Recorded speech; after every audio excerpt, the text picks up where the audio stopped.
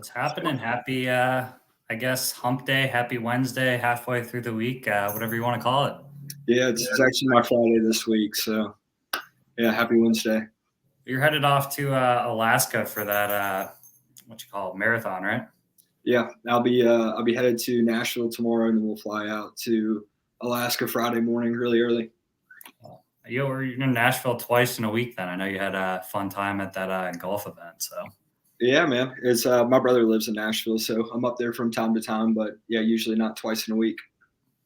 Well, it should be a fun show. Before we hop into it, shout out to our sponsors, Multi-Service Fuel Card. It's kind of crazy. They've been around, about 20 years since before you and I were born, 1978. So if you're looking for longevity in a fuel card, a company you know is going to be around for a while, great people over there, Jessica, Patricia. We're really excited to be partnered with them. And if you're looking for a fuel card, if you're a brokerage looking to have a fuel card, if you're a carrier looking for it, just great people all around, great customer service, and I couldn't say enough about them. Yeah, 100%. Great folks over there. Then we've got Trio Inc. They do all of our background stuff. So all these cool graphics, all the editing, that's them. Black Box uses a few of their workers for offshore. They do great work. In addition, Sales Dash CRM, Freight Centric CRM. If you're in the market for one or you're kind of in between, I couldn't recommend them enough. Black Box uses them. We love them. All my people love it. And then our banner sponsor, Taps Factoring Company, also great folks. And man, they're always available. They care about their customers. So yeah, we're excited to have sponsors with brands that we truly believe in. We feel like we've got a great group here. Yeah, I don't think we could have got a better group of sponsors. So it's pretty cool how everything works out. Well, yeah, it should be a fun show today. I mean, Casey Jenkins has a vast amount of experience and knowledge in the industry. Multiple degrees. Working, managing $multi-million of transportation on the shipper side. She worked on the TMS side, and yeah, we're excited to talk to her and kind of learn about her history and see where the conversation goes. Should be a lot of fun. Yeah, man, I'm looking forward to it. Should we bring Casey on? Yeah, let's do it. Awesome. Casey, how are you? Hello. Happy Wednesday. Bear with me, I'm under the weather today. I don't know if I got like the flu or something in the last 24 hours. So I'm a little hoarse, but we should make it through just fine. So Awesome. Well, at least you're in warm weather, makes being sick. We were just talking about this pre-show, your time in Minnesota. It's definitely better if you're feeling a little under the weather, under the radar in South Carolina than it is Minnesota. So yeah. So, it's funny because like down here in Savannah, the humidity is just always so awful during the summer. And you'll walk outside and it'll feel like you're like damp when you come back in. But I feel like that's helped me with like sickness because usually I lose my voice so terribly. But with the humidity, it helps out to where I'm not like as scratchy and raspy. So I'll take the humidity in this case. 100%. Well, I guess we ask everyone who comes on just to kind of get it started. How did you get into logistics? I mean, was this something you were dreaming about from a kid? Something you found in college? Something just kind of happened? Or tell us how you kind of got into logistics. Yeah, it's a great story. So I got into it by chance, stayed in it by choice. So actually, my entire life, I wanted to be a meteorologist and work for the Weather Channel. My hero is Jim Cantori. Like I want to be the next female Jim Cantori. And I got out like into the real world and actually started in brokerage. And that's kind of where I learned, the basics of how freight moved. And I finished up, a degree in weather forecasting. So yes, I've got 2 other degrees in weather and had 4 years in logistics. And I was like, can I just make a left turn and go into weather and have to give up all of my career experience? Or should I continue on with that and go get some education in what I currently do so I can know more? And I decided to go into supply chain. And I've been in it ever since. So it's been an interesting journey thus far. I never thought I'd actually get to the point where I'm at now. So I'm very fortunate and blessed to have the skills that I've been able to get and the knowledge that I have. But it's when you stop to look at like supply chain and weather, everyone asks me, well, what's the connection there? And they're both processes in my eyes. And that's why I like process improvement now, is because I see everything as just a process. So Yeah, no, 100%. I mean, I have to ask this. I mean, do you still, enjoy tracking the weather and, you ever chasing tornadoes when you were living in the Midwest or anything like that?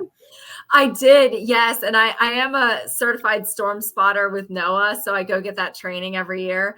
And obviously living on the East Coast, we get hurricanes. So when we had that tropical storm come through, was it last week before, I was like, ready to be out there. I had the rain jacket ready, the rain boots, like all of my flashlights and everything in case we lost power. But, I was always ready to like chase that stuff if it came my way. So it's been an interesting shift, like I said, but I still keep up with the weather side.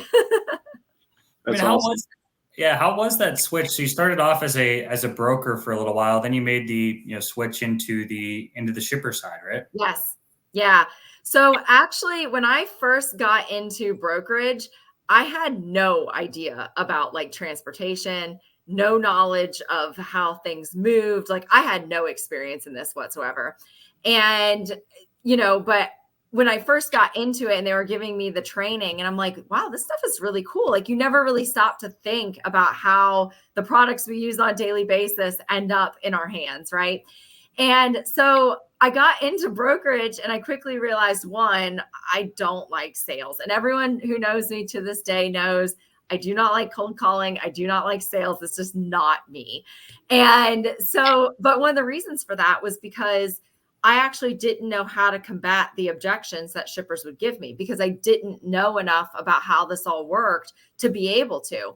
And so when I shifted into the shipper side, the goal of that was to learn how to combat their objections. I wanted to know how shippers' operations worked. So when I went back, I thought I was going to go back into being a broker. When I went back into the more brokerage side, I would be able to combat all of their objections. That's not how my career took me, but that was how I actually ended up making that shift from brokerage into the more, I guess, shipper operational side. And I think some of that was just driven from the fact that I didn't have the knowledge to be able to accurately sell what I was trying to sell. You were on the food and beverage side, right? How was that like, going from a broker to where I know you're in processes now, and Yeah. there's a lot of processes that go on with, especially with food and, beverage and all that. I mean, was it kind of overwhelming at first, or what made you kind of pick, food and beverage to go to the shipper side? Yeah. So it's interesting because when I first got into the more like shipper side of things, I went into a restaurant distributor for restaurant supplies. So kind of food and bev, just in a little different of a sense. And that was kind of overwhelming because I actually, again, didn't have the knowledge in how this stuff worked. I knew how to like move freight, right? I knew the basics of a truck. I knew the basics of schedule the pickup, deliver, schedule the delivery, how I need to make sure what the weight dimensions, all of that were. But in terms of the actual products themselves, I didn't really know how I was supposed to move them or what the most effective method was or how those processes worked. So it was overwhelming. But then, shifting into more of like the actual food and bev side, working at post-consumer brands, that was just a whole different realm, because you don't think in terms of some of these products like shelf life, right? Or how a disruption can actually lead to a massive loss in some of these cases, depending on what the product is. So it really opened my eyes to some different nuances related to different industries when you're actually moving freight.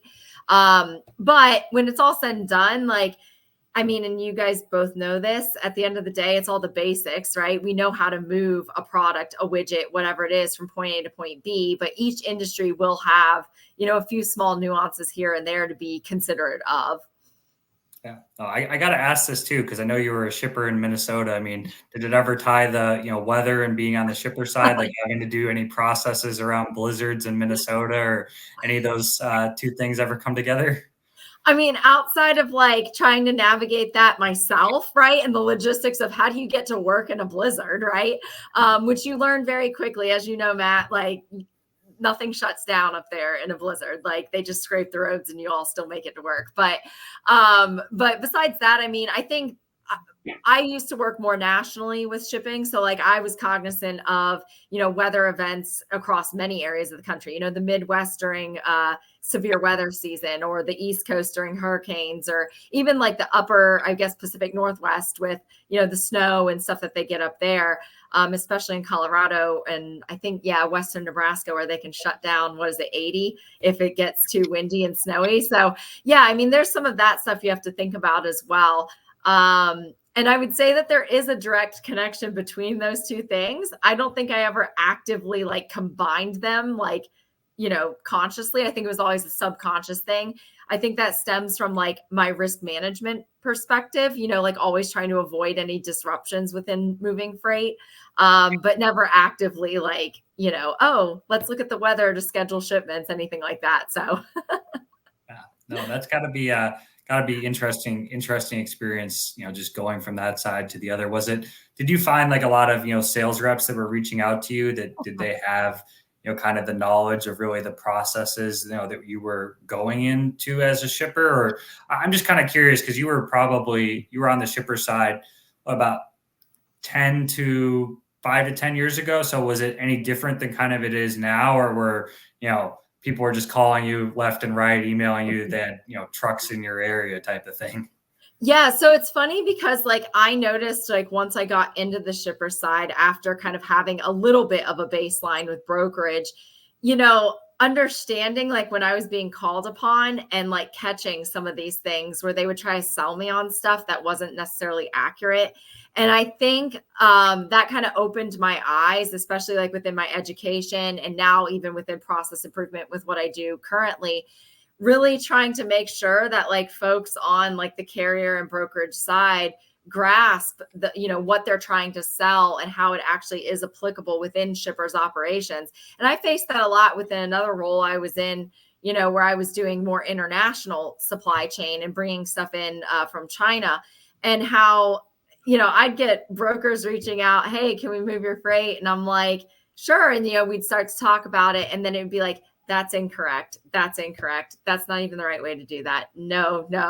So there's some of those things. And of course, that just comes with experience and knowledge. I mean, I'm always very cognizant of, when people approach me, trying to make sure that if they tell me something that's inaccurate or that I think is inaccurate, I try to ask them leading questions to figure out why they're coming at me from that perspective. Because maybe it's just a lack of experience thing or a lack of knowledge about how stuff may work. And I always use those as educational opportunities for sure, because I think that helps contribute to the field. So, but yeah, I still get it to this day. People calling me all the time and they'll be like, hey, can I move your freight? I'm like, I don't have freight anymore. But here's some people who might, right? So we got a comment from Bill. Bill, we appreciate you tuning in, backtracking a little bit, but he says weather is the number one concern listed for 2024 by global shippers. Yeah. It's kind of crazy to think about with everything, all the volatilities, everything that's going on, that weather remains the number one concern. You don't really think about it on obviously domestically we can think about it, but when you think about a global scale, let's look at the typhoons over in, the China, Japan, Taiwan, those areas, right? Or even, some of these waves that come off the African coast, you don't even think how can that disrupt cargo operations, right? Or how can that disrupt, potential freight in other areas of the world? We don't really ever think of that, to be honest. I know I don't on a daily basis. Yeah, no, I definitely don't. So Casey, you have experience in kind of all over logistics, right? Just from listening to you speak and kind of looking over, it seems like there's this constant theme of pursuing knowledge and growth, right? So kind of tell us a little bit about how all that experience ties into what you're doing today. And real quick question, I got to ask. So it's 828 Consulting. I dispatched for a company called King's 828 Trucking for the longest time. I got to ask, where does the 828 come from? Yes, it's actually based off of my favorite Bible verse, which is Romans 8:28. So. Okay, yeah, that's where the trucking company got his as well. Yeah. But there is a more fun to that story. So I'm from Western North Carolina originally. So my area code is also 828. So it kind of worked out pretty well. Yeah, there you go. But yeah, so currently I'm doing process improvement specifically within supply chain processes. Now, I always say that I work with companies who produce products. That's my usual target, but I can really work with any company that has a process. I mean, we all have them and they probably all need improved. Mine And if we don't, we need them. A lot of people might Right. put them in place and that they really need them. Yes. For sure. But one thing I kind of realized is with what I do is there's a lack of understanding of like the interconnectivity of all of these processes together. And I kind of saw that through COVID. How we all have focused on transportation, right? But we didn't understand how moving things the way we did during COVID would impact like inventory now, right? Or prices of things now. Or we didn't look at how, even still currently, how the movement of goods impacts your warehousing, your inventory levels, your supplier base, how you're positioning yourself globally, how you're tailoring your stuff to different markets. And so one thing I really wanted to focus on through like this business endeavor, I guess, was the educational aspect. It's something obviously I find important as I've got too many degrees that I probably shouldn't have. But I caught a lot of flack, and my dog's trying to speak in the background too. I caught a lot of flack around, my degrees wouldn't carry me anywhere within the field because it is a field that is, based off of experience, and there's not a knock against experience, right? But the educational side gives me the ability to actually look at things from a conceptual standpoint to then look at how they've deviated in practice, right? And we all know that we can come up with something in concept and theory, but in practice, sometimes it's not executed the same way. I'm sure we all have experience in that. So being able to approach some of these problems within these organizations and some of these processes from that conceptual standpoint, but then also looking at it in execution and being able to close some of those gaps by looking at it from both perspectives is super helpful. So I do like the educational side. I try to make sure that any opportunities I have to, really educate and put that information out there, it's important because it helps the field and it helps those in it to be able to keep it moving along and innovate as we all continue to grow together. Yeah, no. Or go ahead, Will. Sorry. Yeah, I was just going to add to that. I mean, 100%. I think that. You talk about somebody with experience, maybe they're in the trenches, but having somebody to come in and kind of look at things from like a macro level, right? Yes. And that's not tied up in the day-to-day that can kind of, clean some things up or spot out inefficiencies and clean up processes. Because I know, at least for my company, sometimes it's difficult if and when a team or a group gets rolling, right? And they're just going, and then some things get sloppy, and then it's like, okay, we're doing it this way because we've been doing it that way, and it's working because look at the results. But it's like, okay, but yeah, it's taking you probably 4 to 5 times as long as it should, and you're missing this and that, and it's tough to kind of get people to see, realize that, and buy into something new. Right. Almost like teaching an old dog new tricks sometimes. We got a comment from John. John, we appreciate you tuning in. He says, I led an import-export team during COVID. It was quite a challenge. Yeah, I can only imagine. I'm sure it was difficult. International has got to be, because I briefly tried out the shipper side and they were doing a lot of international, a lot of drayage. I had no idea because I was just selling domestic truckload, but the amount of knowledge needed, and I had no idea people just kept cabinets of papers for the bank for international BOLs, like the amount of processes on the international side, and just the amount of knowledge is wild to me compared to the domestic side, even just from like a basic level of being able to move freight. Yeah, well, I think, and I've moved freight internationally, and I had a manufacturer in China and then had to get products into the US, cross-dock them, and then usually send them out domestically. It could be from anywhere from 200 stores to 3,600 stores at DC, depending on what I was doing for the project. But you don't realize, the amount of components involved in that until you're actually in it and you're having to manage all of it. And you're like, oh my gosh, but it goes back to that concept of being in the trenches. And then when you get a second to actually lift your eyes out of that and go, wait a second, we need to rethink this, or we need to rethink that, or we need to reevaluate that and come up with a new way of doing it. You then start to realize the connectivity of everything and how complex it truly is. And, one of the biggest things for me, like during COVID, was sitting here listening to the news and how supply chain became like a household name, right? But they kept getting it wrong. Like everyone asks me now, they're like, "Oh, you do supply chain, so you do shipping," and I'm like, no. I mean, yes, that's a component. Like it's a component of it, and then I have to go into like a full case explanation of what supply chain is. But I think some of that's the reason why I focus on that educational side, because it's bringing it back to what's the baseline and what are we all in the industry starting off at from a knowledge standpoint to be able to then know what we're all talking about. And I've touched on this before on LinkedIn, how we all have a different perspective of what supply chain is, depending on our positioning within the field, where we're at within a company's supply chain, what we do, whether it's procurement, warehousing, distribution, logistics, transportation. And so level setting with that educational component helps us to all be at that baseline to know, oh, this is what warehousing is. This is what transportation is. This is what procurement is. And this is how it all fits together. And I think that's just something important for us to be able to even continue to evolve as an industry.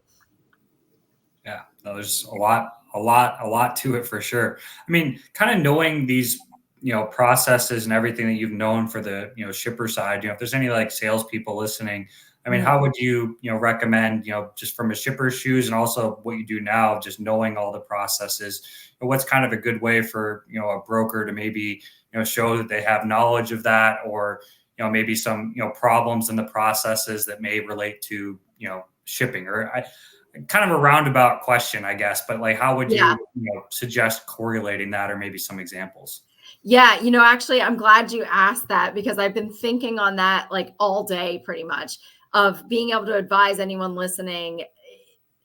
One of the biggest things, like I said, is the misconception of what supply chain is. So first of all, if you're a broker, if you're a carrier, understand that transportation is a single component of a shipper's operations, right? It's a single process within their overall operations that's helping to get their products from raw material to end user. The other component of that is to realize where you're actually moving products within their supply chain. So for example, if you're more in the upstream area, or you're moving those raw materials from, procurement or wherever they're being sourced, the supplier to the manufacturer, well, that transportation leg is going to be handled very differently than if you're last mile distributing, right? If you're in the middle mile, maybe you're just transporting goods from, the manufacturer to the distributor. Well, that's going to be a different method than last mile or than raw material, for example. So it's understanding where your positioning is at within that shipper's operations and supply chain as well, to help you to know what are you trying to sell into. Because you can't pitch last mile distribution practices, if you're trying to ship raw materials, right? Like there's some nuances there that you have to be cognizant of. But the other thing as well is, understanding how transportation is connected within the other functional areas. So that goes back to, how is your movement of their goods impacting their warehousing, their customer, their distribution, their inventory levels? How is all of that playing in together? How is it impacting their manufacturing schedules? How is that impacting, the customer receipt of the end good, even if you're at the upstream part of the supply chain? So it's looking at it from those perspectives and understanding that transportation is simply one component of a much larger operation, and being able to like convey that to them.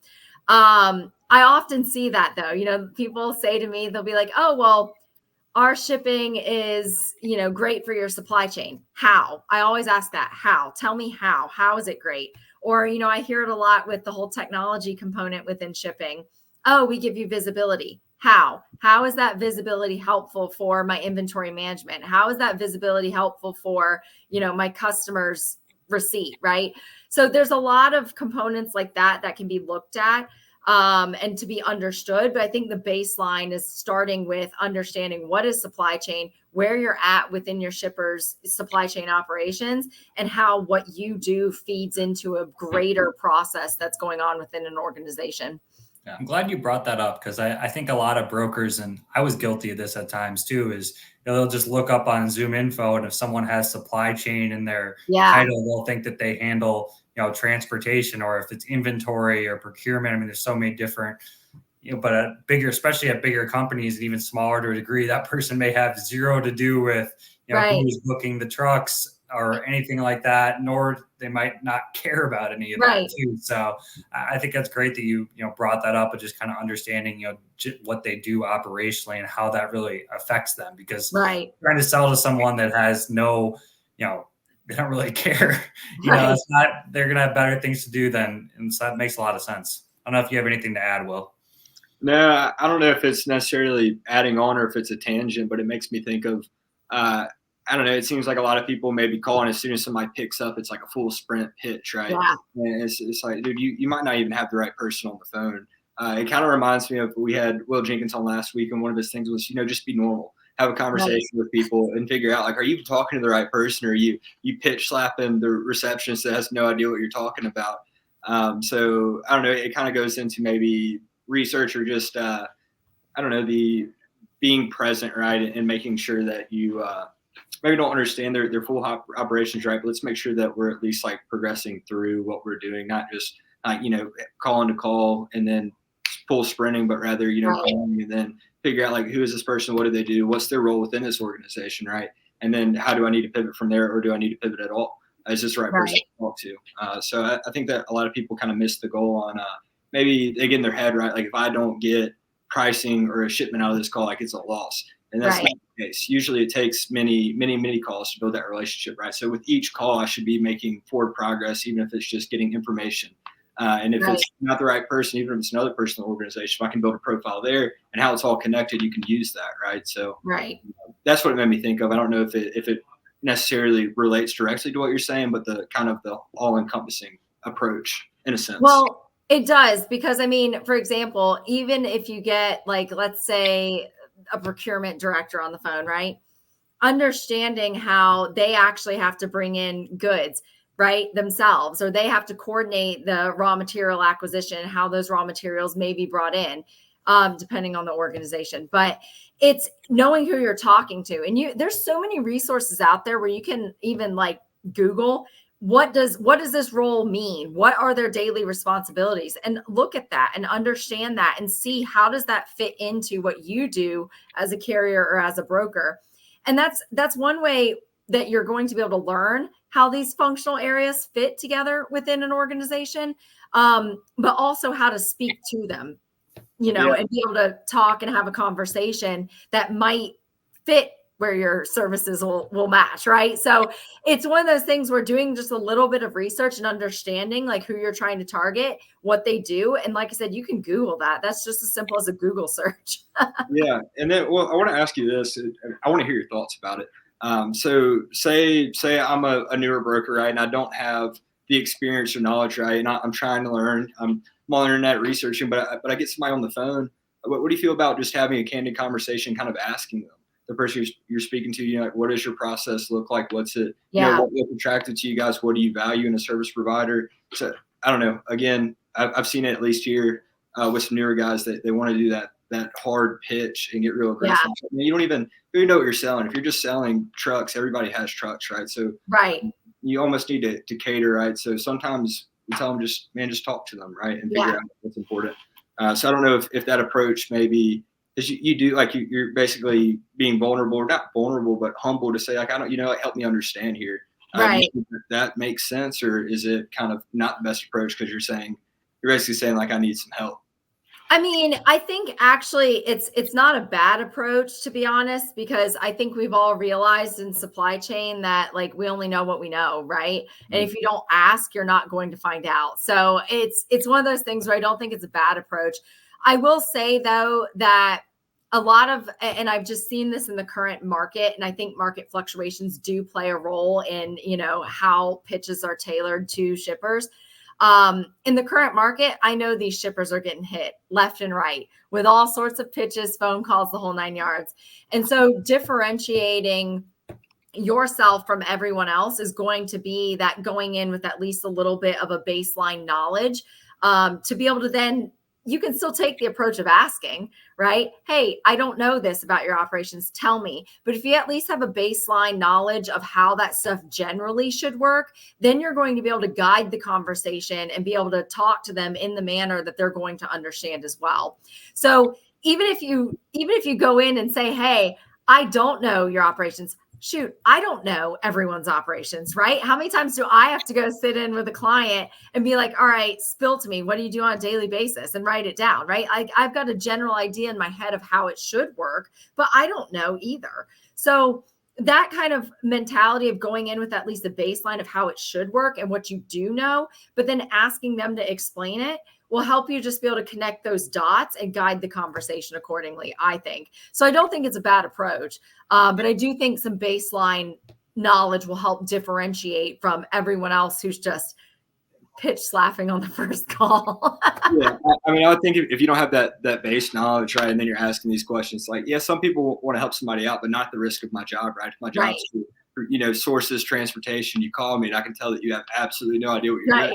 No matter how much I like you, if you tell me a funny joke, it's like, yeah, but like I'm not gonna give you all these loads. Right. We have another comment from John here, speaking on kind of the approach. Says, do your research, have a dialogue, and understand what is important to them. If your services do not align, then don't hard sell. If you have a bill, then provide it. Be a resource, even if it does not necessarily end up in a sale. You saw his previous question too, comment, right? Yes, he said, how is transportation viewed in their organization? Is it viewed as merely a cost, or is it viewed as a strategic activity when done well can be a major differentiator in service to your customers? Yes. So I would say that organizations, I think that's shifted. I would say that within the last 5 years or so, it used to be more seen as a cost. Now, don't get me wrong, everyone's cost conscious right now, mainly because of what happened during COVID. They're all experiencing higher than usual costs in the last couple of years related to that. So cost is a factor. However, I do think a lot of companies are focusing more on how these different functional areas are actually strategic leverages versus just cost areas. So while cost is a factor, I think there is more of a strategy to the shipping side of things and the transportation side of things than there used to be. So I think that's a newer concept. For sure. Those are some good questions, John. We appreciate you tuning in. I think Bill had one too. We may have missed too. The best way to get acceptance and buy-in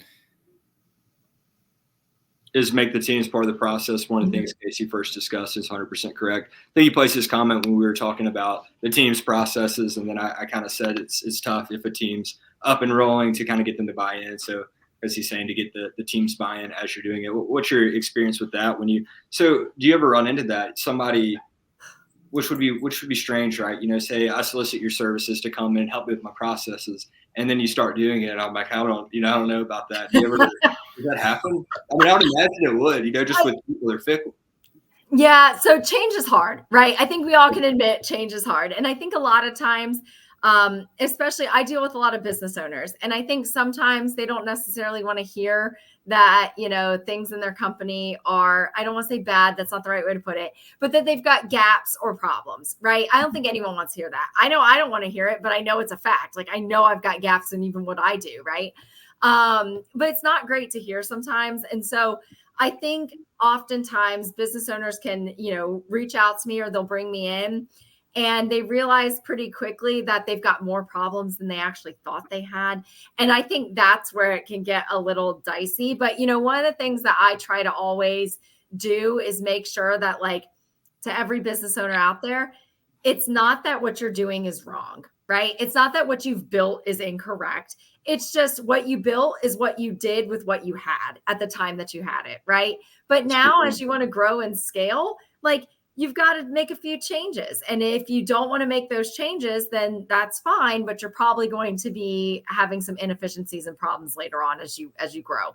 So I try to always approach it from a perspective of empathy and realizing, as a business owner myself, yeah, it's not great to hear when things are not perfect, right? We all think what we do is perfect, but approaching it from the perspective of, look, you've got a baseline, which is great. That's what you had to do to get things done, right? But now, if you want to actually take your company to the next level, how do you make that better to get things done faster, with less cost, with less resources, with less name it, right? And the other side of that is really, and this is where the educational component comes in, educating on why. Why does this need done? Why do you need to think like this? Why do you need to have this perspective? Why do you need to approach in this manner? Because I think that helps us set, companies and teams up for the long term of why the solution being implemented or the process change or whatever it is that we're doing together is needed. And that's how you gain that buy-in. I've experienced this plenty of times as a recipient of change within organizations that, it's just pushed from the top down and not really given that why component or not given the understanding of how it fits within the overall organizational goals or missions or vision and how it all feeds together. And it doesn't stick and no one carries it out because that buy-in isn't there. So I would say that, if you're a business owner, your processes probably have problems, but we all have problems. There's no company out there that does not have a process that does not have a problem. Yeah, you touched on so many points here that I really liked. One, I really like the frame, right? You're to them, right? You did what you could with what you had, right? Everybody's doing their best. Nobody, especially business owner, they're not, actively trying to sabotage their company, right? Right. They're trying to just do the best they can. But the fact of the matter is what gets you from A to B might not be what gets you from, B to F to continue growing, right? And then speaking on, why are we making these changes? I think that's for any kind of learning and growth with anybody, right? If you're just barking orders or telling them and they don't really see why the vision or like, hey, we do this because A, B, C, D, rather you're just, hey, no, you need to do this. You wouldn't get it. You should do it. Nobody's going to do it. So I think that's all great stuff. I really liked it. Yeah. And it's, like I said, change can be hard. You're always going to have resistance of some sort, right? But if you try to actually approach from that, helping to understand the why and making sure that they've got the resources to be able to adapt to that change, it makes it a little easier. Yeah, 100%. So when you're going with so these companies reach out to you, do you ever get anybody, which again, maybe they reach out, they come to the process, they're like, I don't know, but do you ever find that anybody's bringing you on almost looking for some like reassurance, like they want to be told how good their processes are, and then you come in and you're like, well, hey, buddy, this often they get kind of sideways. Oh, like, yeah. Yeah. I mean, and that's the thing, like I do advisory services for like that reason, right? Because, maybe there's someone out there who just needs a validation of what they're doing and to just double check like, hey, is this right? And in some cases I'm like, no, but that's okay. You've got a great starting point. And in other cases, it might be right, and it might be that they just need that second set of eyes. But yes, I have faced that. Where, like I said, people bring me in and it's, they thought they had certain problems and then they realize like, oh, there's more here than we really thought we had. And then it's just like, well, but that's okay. Like we've got to start here and then we can keep growing and, we can make iterative changes and like, we don't have to do it all at once. And, so that's the other thing too, is like, and I feel like that's within any role, right? A business owner, a salesperson, a broker, whatever it is, like we all have to start somewhere and we all have to be able to take those necessary steps to keep growing and evolving and being able to adapt how we do things. And so I don't think that's just a business owner problem. I think that's just an individual problem as business people. Yeah, 100%. I mean, so again, I think that the outside perspective is much needed for a lot of organizations because you might fall into groupthink, right? Like we do it this way, we've always done it this way, or we all see and approach the problem the same way.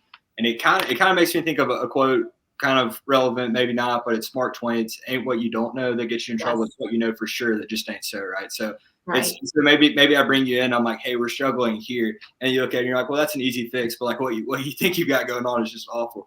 We got a comment from Chris here. Chris, we appreciate you tuning in. Black Box uses Zelle. They've got some great offshore talent. He says, great conversation, guys. Can you share one of your bigger wins? Oh, one of my bigger wins? Oh, no, I don't like that. Oh, gosh. It'll put you on the spot there. Oh, no. So, okay, I'm someone, and this I know is not the usual like business mentality, but I don't necessarily find anything that I do within my business like a victory. I know that's very bizarre. But I will say that earlier this year, I actually started tutoring some students as a volunteer opportunity. And I'd say this is one of my probably biggest wins in my career actually to date. And I was helping her with this paper. We had to interview a service provider actually. So I was able to reach out to some folks on LinkedIn. They were able to give her some stuff so she could write this paper. And I remember she emailed me and was like, oh my gosh, I got an A on my paper. And y'all, I felt like I got an A on the paper. Like I was so proud of this. I was like, yes, like we did this, right? And truly, like that was probably one of my biggest wins, to date, was just being able to see like her excitement and helping her achieve that. So. Oh, that's a great one. Sometimes it's, seeing other people win is sometimes some of the biggest success. Looks like Rob's got a question for you too. It says, does your company mainly work with shippers or all types of companies in logistics? What is your ideal target customer? Yes. So I tend to target mostly shippers because obviously anyone producing a product, they tend to have gaps in their processes. I mean, that's just pretty, at least in my eyes, that's common sense, because that's how I see things. But I can work with any type of customer who has, a process, right? So it can be a shipper, it can be a carrier, right? Are you struggling as a carrier to display your value into a shipper? I can help guide you on that. If you're a broker, do you need to know how to understand leveraging your technology and your internal operations to be able to translate better for your clients and carriers as well?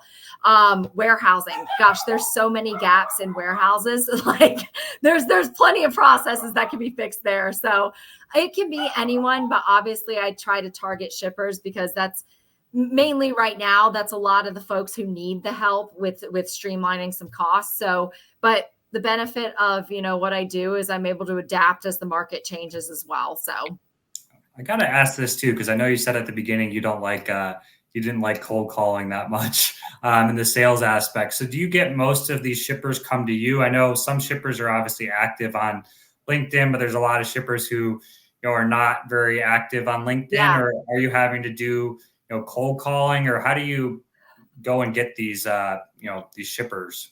Yeah. So one is through networking. I do a lot of networking. I do not know how I got pulled into that side of things, but my goodness, I've met probably 500-600 people in the last year. So that's one way. The other way is through LinkedIn. Obviously I'm very out there. I put out a lot of content. I co-host a podcast. I do my own show, 2-Minute Topics. I guest lecture at universities. I now teach at 3 universities as well. I speak at conferences. I'm very out there. So that's probably it.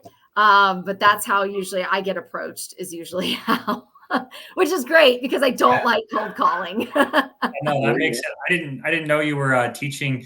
That explains your most success story. That's cool that you're doing teaching in the universities too, and so much around your community. You can tell you just love supply chain. So it's that's fun. Yeah, honestly, the education side wasn't something that I expected. But with as many degrees as I have, it kind of makes sense. But yeah, I'm teaching at 3 schools, online courses, which is great. So it gives me a little flexibility with being able to, still maintain all the business stuff while doing that too. And I'm actually course developing for one of them. So developing their intro to supply chain course as we speak. So that's been really fun to get to put my little stamp on the industry, I guess. Do any of these students say, hey, my dream is to graduate and go be a freight broker? I'm guessing that probably doesn't come up too often. Well, it's funny because, and this is something I always advise, so many within the field, for me, I mean, that's how I got the understanding of how transportation works, and I don't want to say it's a bad way to enter the industry at all, because it is very beneficial to learn and to be able to, I would say it shaped me more from being able to combat objections, right? Like from being able to be told no and being like, all right, I got to pick up the phone and make another call, right? And not let that impact you. So I would say it's not a bad way to go about entering the industry. But a lot of times I try to let people know hey, and my dog is really trying to get his voice in here. He's trying to echo my sentiments, right?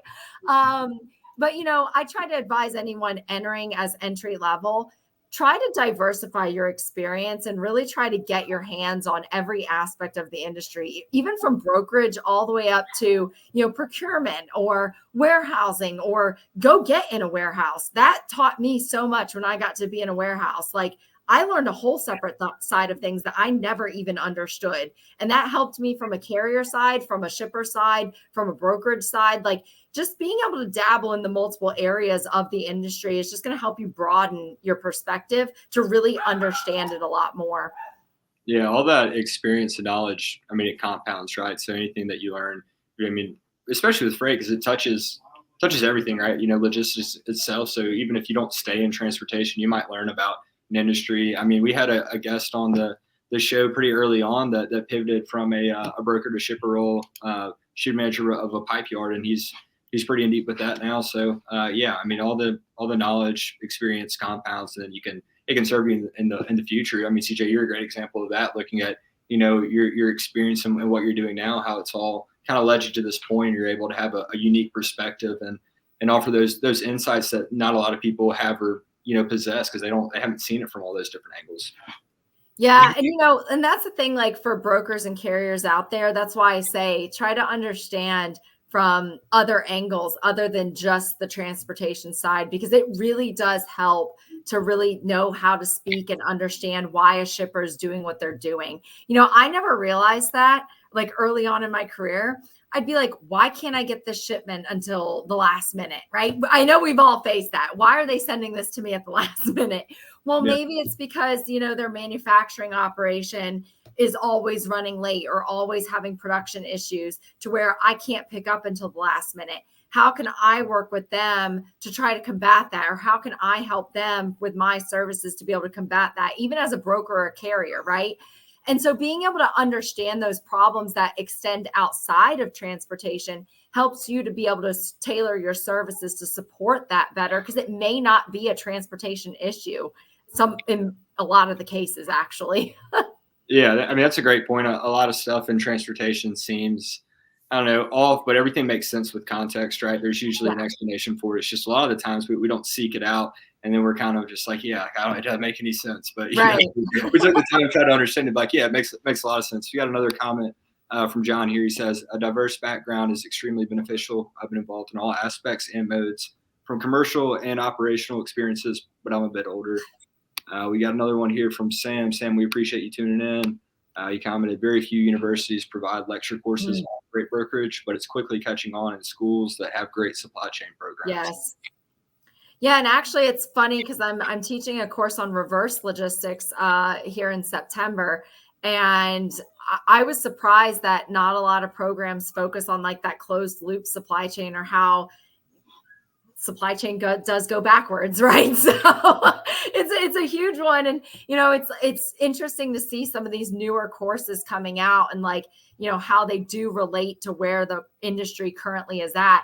I know even when I went through my master's program, like the things we were talking about then, we're just starting to see now come about. So there's some programs that are very future focused. And then there's some who do tailor to the current state of the landscape and all those different aspects. So, but there's some great programs out there. And if you don't want to go get a degree, there's great certifications out there. ASCM has a bunch. There's other programs that you can get certifications for the field. And so there's a lot of ways to go get some knowledge around some of this stuff that's just greater than just the transportation side. 100%. We didn't even touch on, I mean, we've been touching on so many different things, but you even have experience on the TMS side. I mean, you worked for Turvo for a while, right? So you have the brokerage side, the shipper side, the TMS, I mean, and the educational side. I mean, you've really hit, have that diverse background. Yeah, actually that tech side was an eye-opening experience for me, because I will say I've never been very techy, which is now funny because I actually have quite a few clients who are tech clients in supply chain, and I do advisory work for them. And it, like, getting that insight on that side and being on the TMS side and being like, oh, like this is how they're trying to develop this product, but there's definitely a disconnect in what's needed within the field. But yet some need this and some don't. And like that aspect was very eye-opening for me, I feel like, with my career. So Yeah, I feel like that would be a great market for you. It seems sometimes maybe people with a tech background try to get into freight because there's so many use cases for it, right? And they get developing, but then the actual, like, idealistically, it's fantastic, but then Yes. practicality or reality is anybody going to use this doesn't make sense. There's kind of a disconnect. So it seemed like having somebody with that experience that can say, hey, yeah, like people will use this or no. I mean, like, yeah, it's interesting, it's neat, but it's probably not gonna Right. Well, and I think the other thing too, I think that feeds into like, the brokers or carriers who are offering tech as a part of their service, right? Why is that technology valuable for a shipper? How does that technology feed into their processes and make their processes a little more valuable? And I think that disconnect is often happening in our field because, like I said, I've worked for the tech side, but then I've also worked for a customer who used that tech. And it was, well, visibility. Okay, well, why is that visibility important? But no one could ever tell me, right? And so I think being able to explain, why there's value in what the tech that these brokers or carriers are providing for their shippers. But I think that's a bigger problem across technology in general. There are a lot of times that value prop can't be translated. I mean, I've encountered that with people who've built just some incredible platforms. I have one who incredible platform, but cannot translate the value to who they're speaking to. And it's like that's a key component of this. If you're not able to convey the value in a way that these shippers are going to understand or a way that's going to resonate with them, then you're just spouting off the latest buzzword that everyone else is. Yeah, we were actually, Matt and I are in a group message with a guy who runs a tech company, and Matt had asked what he does. So he's trying to tell somebody about it. And I use this company. I love them. The guy that runs it's one of my favorite people. And I just kind of jokingly, I was like, no, just say a bunch of buzzwords throughout, disruptive blockchain, and then, leave them with a lot more questions than answers, say a whole lot of substance, right? And then just gaslight them, make them feel like they're the issue, That's kind of like what a lot of tech is lately. It's kind of like AI or machine learning. And it's like, okay, but like what's the purpose? Like, what are we doing?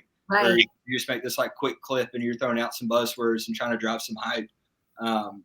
Which obviously I was being facetious with Matt last night. I really respect the guy that runs the company. I didn't want to. It was one of those things. I want to gatekeep it, right? Like I don't want other people using it.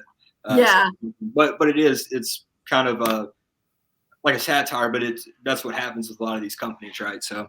Yeah. And, and the other thing too is like, I think a lot of companies get sold on something tech related without actually understanding what it is, right? Or they think they're sold on something that they think is going to work, but in reality, it's not actually going to work.